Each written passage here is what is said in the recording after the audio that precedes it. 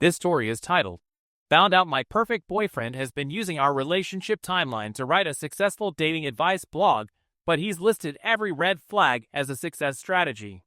I'm still shaking as I type this. You know that feeling when your entire reality crumbles, and you realize everything you believed in was just an elaborate lie? That's where I am right now. My boyfriend didn't just betray my trust. He turned our entire relationship into a twisted experiment and made money off it.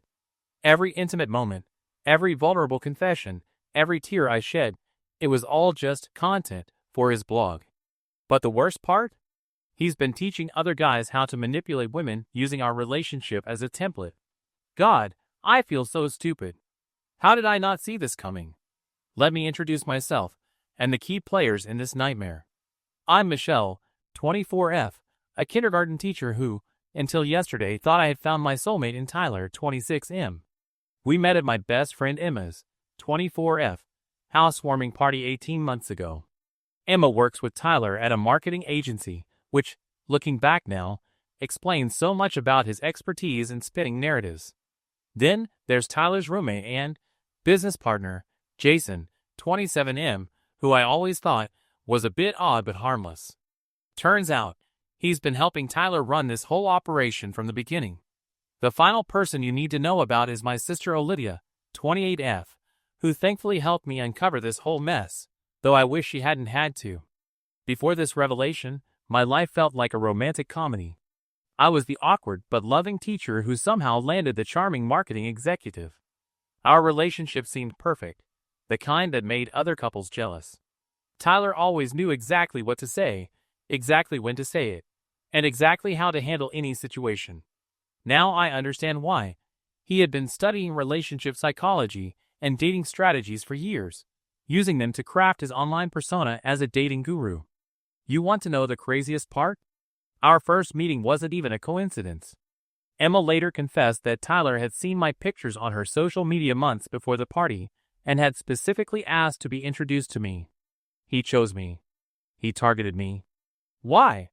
Because according to his blog, I fit the perfect profile for his case study, his words, not mine. A caring profession, close family ties, and what he calls a naturally trusting disposition. I was the ideal subject to prove his theories about relationship manipulation worked. Every milestone in our relationship, every sweet gesture, every seemingly spontaneous romantic moment, it was all meticulously planned and documented. But here's where it gets really twisted.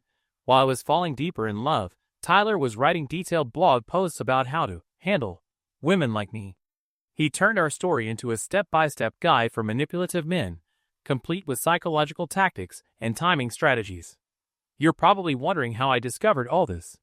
Well, that's where the story really begins to get interesting. It started with a simple Pinterest notification on my sister Olivia's phone. She was planning her wedding and had been collecting ideas for months. That morning, she was scrolling through relationship advice articles when she stumbled across a blog post titled, How to Make Her Think the Proposal Was Her Idea. The writing style seemed oddly familiar, so she kept reading. The more she read, the sicker she felt.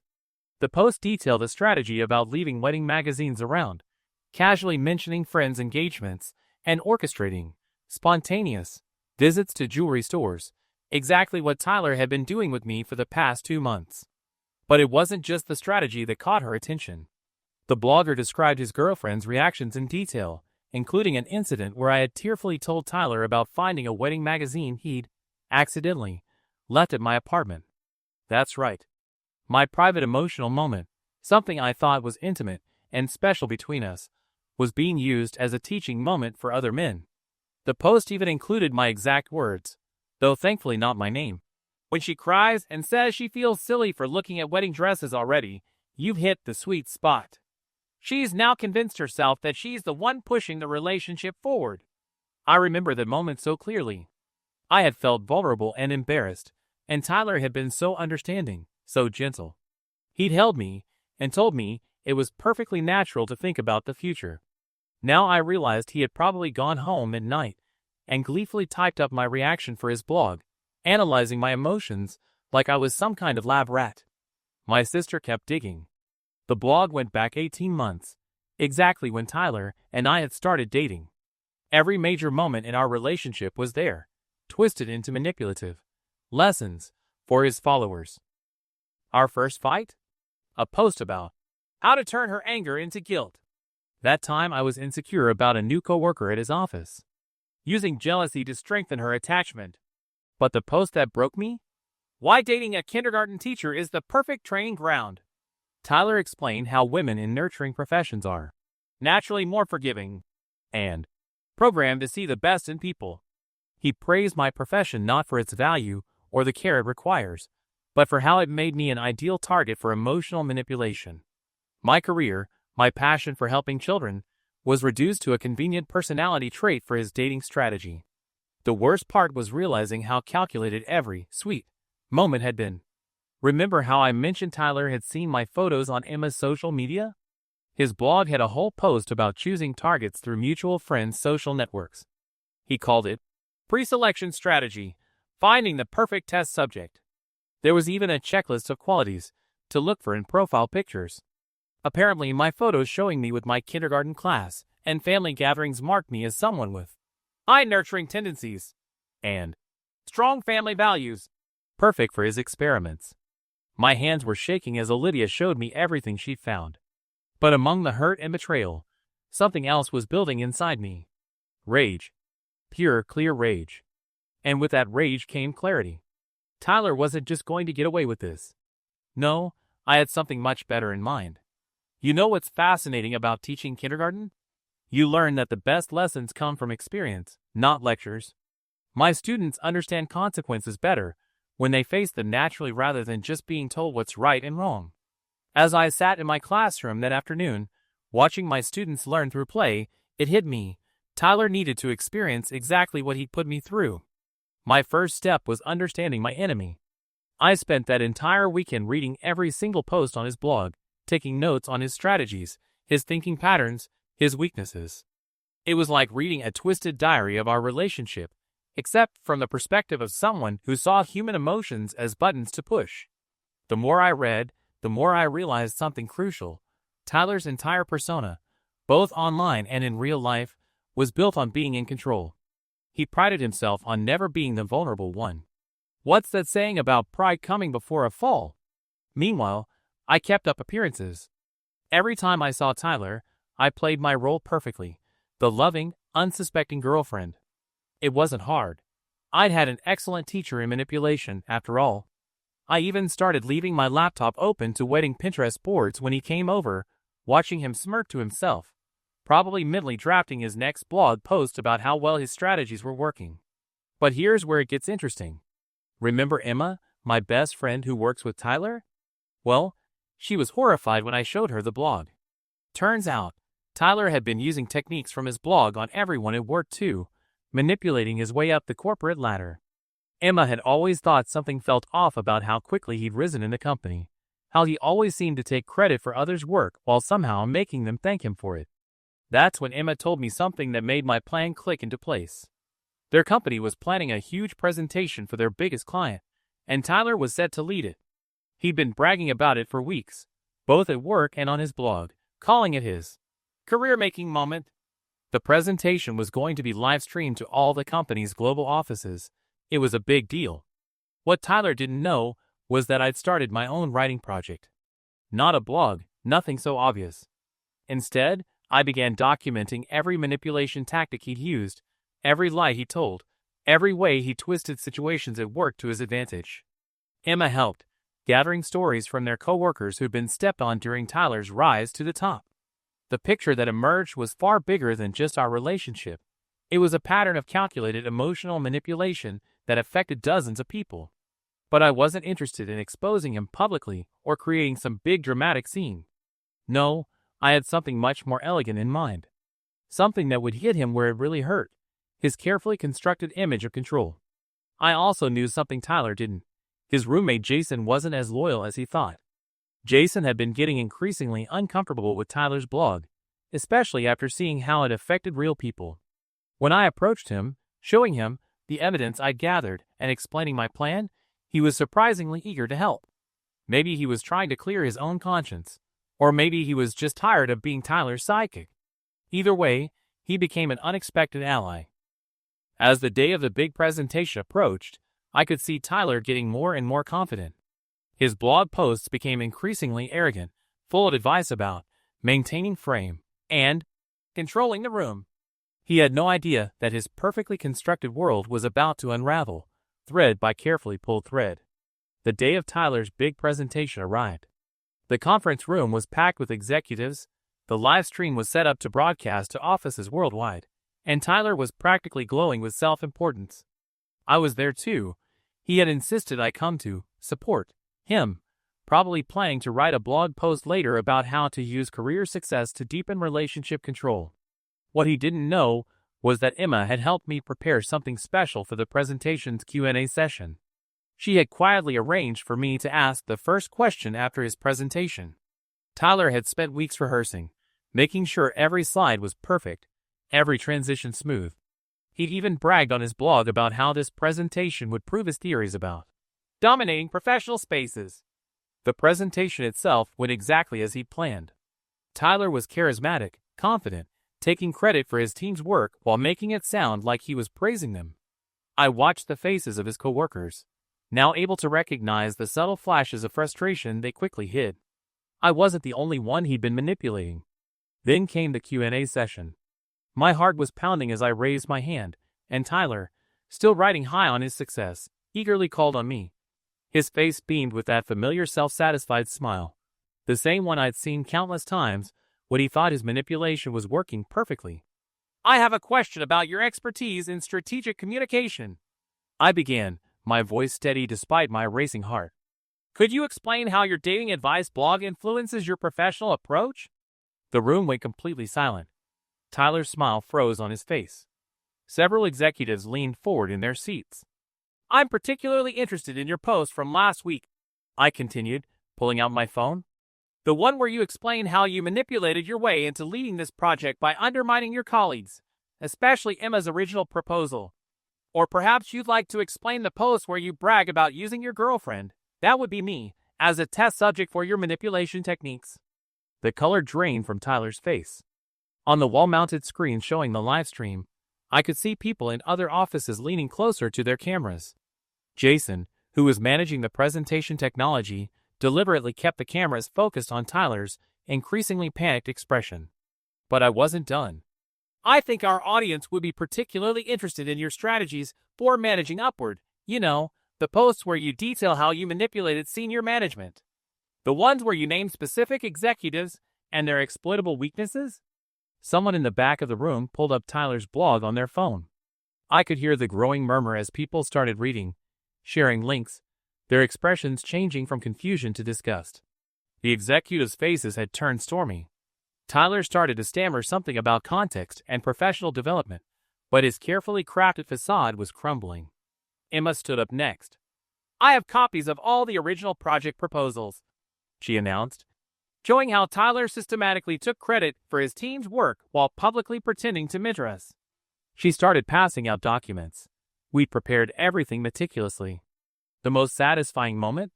When Tyler tried to use one of his favorite manipulation tactics, turning the situation around to make himself look like the victim. But as he started to speak, people actually laughed. They could see right through him now. His supposedly perfect mask had cracked, revealing the manipulator underneath. I watched as years of careful manipulation unraveled in minutes. Tyler's face cycled through expressions like a kaleidoscope: shock, anger, fear, desperation. The same emotions he'd so carefully cultivated in others were now playing across his own face for everyone to see. But the real punch to his gut was still to come. Have you ever watched someone's entire world collapse in real time? It's both fascinating and terrifying. As Tyler stood there, his carefully constructed facade crumbling, someone in the back of the room started reading his blog posts out loud. Each word seemed to physically hit him like a punch. His eyes darted around the room, desperately searching for allies, but found only shocked and disgusted faces. When they got to the part where he mocked the emotional weakness of his female colleagues, several women from his team stood up and walked out. The CEO's face had turned an interesting shade of red, especially when someone pointed out Tyler's detailed analysis of how he'd manipulated her during meetings. Tyler's breakdown was spectacular. First came the nervous laughter, then the stammering attempts to explain it all away as research and professional development. But when that didn't work, he completely lost it. "You don't understand," he shouted, his voice cracking. "Everything I did was to help people, to teach them how relationships really work." The room erupted in laughter. Actual, genuine laughter. Someone shouted, "Is that what you call manipulating everyone around you?" Another voice added, "Maybe write a blog post about this moment." That's when Tyler finally broke. His face contorted in a mix of rage and humiliation, and he literally ran from the room. Not walked quickly, not made a dignified exit, ran. He knocked over a chair in his rush to escape, nearly tripped over his own feet, and disappeared through the door. The sound of laughter followed him down the hallway. The next day, Tyler sent out a company-wide email apologizing for his unprofessional behavior and inappropriate documentation of workplace interactions. It was clearly written by HR, all corporate speak and careful phrasing. But Tyler couldn't help himself. That same evening, he posted what he probably thought was a scathing response on his blog. The post was titled, "When Sheep Attack, How the Mediocre Destroy Excellence." It was a rambling, bitter manifesto about how weak-minded people couldn't handle his advanced understanding of human psychology. He called me a vindictive ex. Though we hadn't actually broken up yet, "Surprise, Tyler, this is me dumping you." He mocked Emma as a jealous colleague who couldn't handle being outshone. He even had the audacity to suggest that his female coworkers, who were offended by his posts, were proving his points about emotional manipulation. But here's the beautiful part. His desperate attempt at revenge only made things worse for him. Screenshots of his new posts spread through the company like wildfire. The CEO, who had been considering letting Tyler resign quietly, saw it. Within an hour, Tyler was fired, not just asked to leave, but escorted out by security. The best part? His blog, which he thought would be his platform for revenge, became his downfall. Every nasty word he wrote, every attempt to smear his colleagues, just validated everyone's decision to cut him out. His subscribers started dropping off as people realized he wasn't some dating guru. He was just a manipulative guy who'd finally been caught. But Tyler's story wasn't quite over yet. Remember how I mentioned I had one final punch to his gut coming? Well, remember how Tyler always bragged about his backup plans? How he told his blog followers to always have an exit strategy ready? Well, he thought he had one. Through Jason, I learned that Tyler had been secretly recording our private conversations, planning to use them for a tell-all podcast about what really happened. He was convinced this would be his comeback story, his way to spin everything in his favor and rebuild his following. What he didn't know was that while he was busy writing that bitter blog post, I was meeting with his most loyal blog followers. You see, Tyler had created an exclusive inner circle of paying subscribers who got special access to his advanced techniques. These guys had been paying hundreds of dollars a month for Tyler's personal advice and secret strategies. With Jason's help, I got access to Tyler's private coaching sessions. The things he said about these men who trusted him. He called them desperate losers in private messages to Jason, bragging about how easy it was to take their money. He had a whole document ranking them by how pathetically easy they were to manipulate. I reached out to these men individually, sharing screenshots of Tyler mocking them. Some of them had spent thousands of dollars on his coaching. One guy had even gone into debt following Tyler's advice about investing in your development. Tyler had encouraged this while privately joking about the guy's financial stupidity. The response was immediate and devastating. These men had been Tyler's most devoted followers, his main source of income, and his planned support base for his comeback. Within days, they not only canceled their subscriptions, but began sharing their stories publicly. Tyler's attempts to spin the situation fell apart as his own paying customers exposed how he'd manipulated and mocked them. But I saved the best for last. Remember all those detailed posts Tyler wrote about manipulating me? All those private moments he shared? Well, it turns out that publishing someone's private life without their consent, especially for profit, isn't just morally wrong. It can have serious consequences. My sister Olivia, who'd first discovered the blog, happened to have a close friend who specialized in privacy law. The day after Tyler announced his planned podcast, He received a carefully worded legal letter. Every screenshot, every saved post, every private message where he'd shared details about our relationship, it was all documented. His choice was simple: take down the blog, abandon the podcast idea, and sign an agreement never to publish anything about me again or face legal consequences. Tyler's response?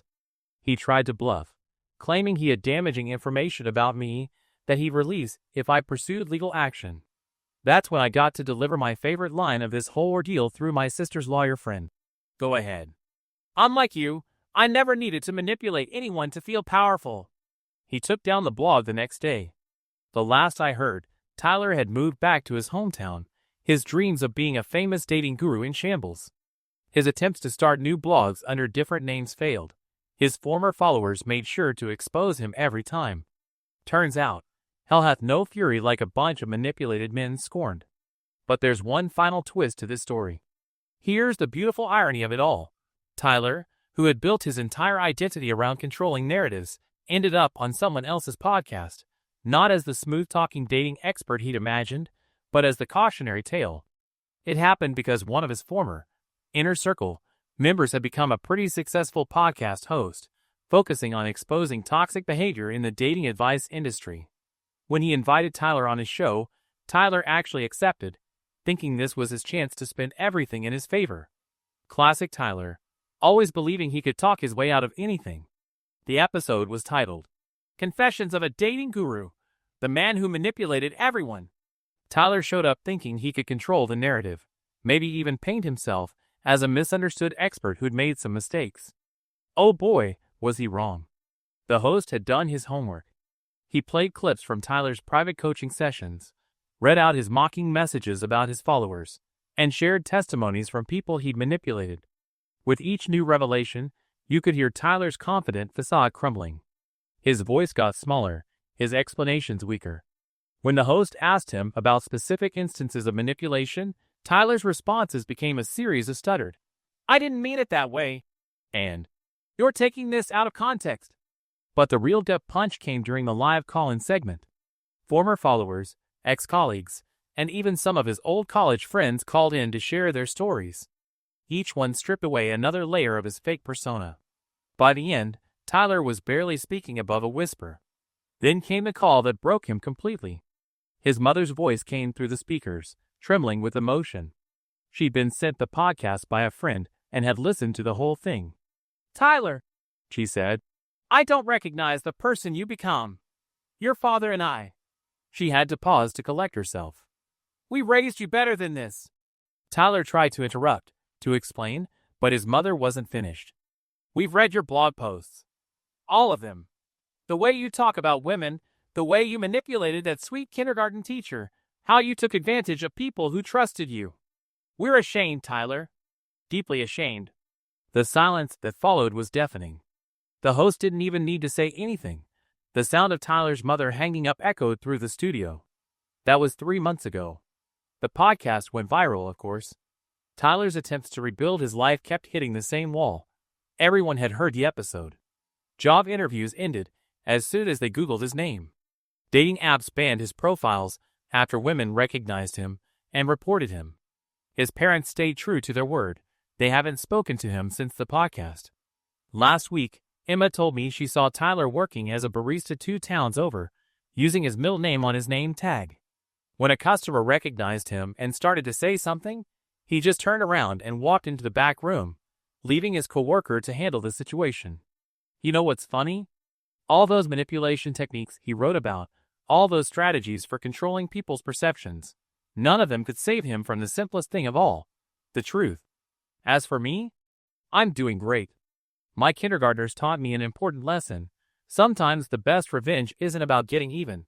It's about letting someone face the natural consequences of their actions, and watching those consequences unfold from a safe distance, preferably while enjoying a really good cup of coffee. Well, that's just an added bonus.